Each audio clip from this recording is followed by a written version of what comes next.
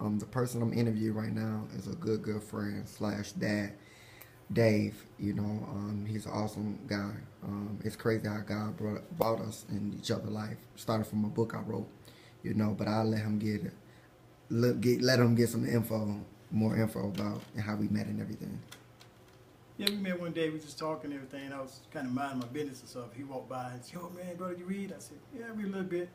We got to have a little conversation and realize that, man, this little brother had an old soul. Kind of surprised for a minute, so I was kind of shooing him off for a second. But after talking to him, realized the conversation was real serious and everything. Realized, man, he's on to something. But I got to reading the book a little bit and so realized that at chapter 2, Let a Man Lead, it really spoke to me. I spent a lot of time, doing what I want to do for us, having my way with women and stuff, and getting my way by it. Till it got so bad I had to practice how to tell the truth. I got so bad out there. But, after having kids and realized that, I got women out there and kids from different women and stuff, and realized I need to slow down. And I realized, what it's going to take to make me happy now. Since I experienced so many different types of women and different types of lifestyles and stuff, that I didn't know how to make myself happy. So after I got to reading the book, I said, man, he's touching on everything that I've been dreaming about and thinking about, how to do things right. So I tell you now, ladies and gentlemen, also, you get out there and realize that you don't know who you are, and you're tired of lying to yourself, you need to read this book. If I had a time machine, I'll be taking Cottrell and Steve Harvey back with me to the Garden of Eden and talk to Adam and Eve. We have a conversation about Ryan. We got to get this right. Because we all paying for some things that we didn't know we were going to pay for. But now looking at how life has changed me and stuff and reading the book, and I realize I carry with me at work sometime, I go back to it when I think about something, or if I want to pass a word to somebody else I know is going on the same path I was going on. Yo, man, you might not have time to get the book, but read a couple chapters, and after that, they trying to get the book. So I'm telling you, there's no joke. There's people out there got the old soul in them. He's on point with that. Yeah, I'm glad to be a father figure to him, but I know now that I had to go back and start reading the Bible. I realized, what was going on and how much he knew. So, Dave, quick question. When you read about my life, the Becoming Another Man, chapter 5, how did it move you? Did you, really relate about my life? Yeah, I related because of the fact that I was an only child. My mom raised me and stuff, and there was some hard times and stuff. At the same time, I got besides myself, trying to do my thing. At the same time, listen to her and want to do it my way, and then have a dad to tell me right, left, So, but reading the book and stuff and looking how he came up, and it was a tough story. It brought me to tears after I read it and said, whoa, this is about me or him or what? I went through the same things. Right. I know a lot of brothers out there that's going through the same thing, but that your lifestyle, man, what you had to go through, it inspired me to realize that, man, I had it bad, but I didn't have it bad as him. Right.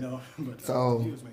If you can tell the world, ladies and men, one thing about the book, what would you tell them? One thing about it is be honest with each other. You know in your heart what you want out of life, and stop pretending. We have to unveil our faces to people.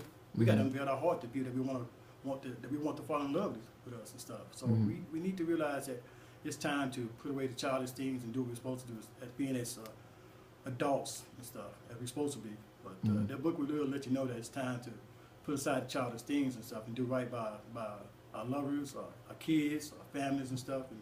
And that would inspire me that you done seen it all and you know how to change and you changed. So I've seen it since you've been here. You've changed a lot. And one last question, Dave. I want to ask. It was just on my mind, but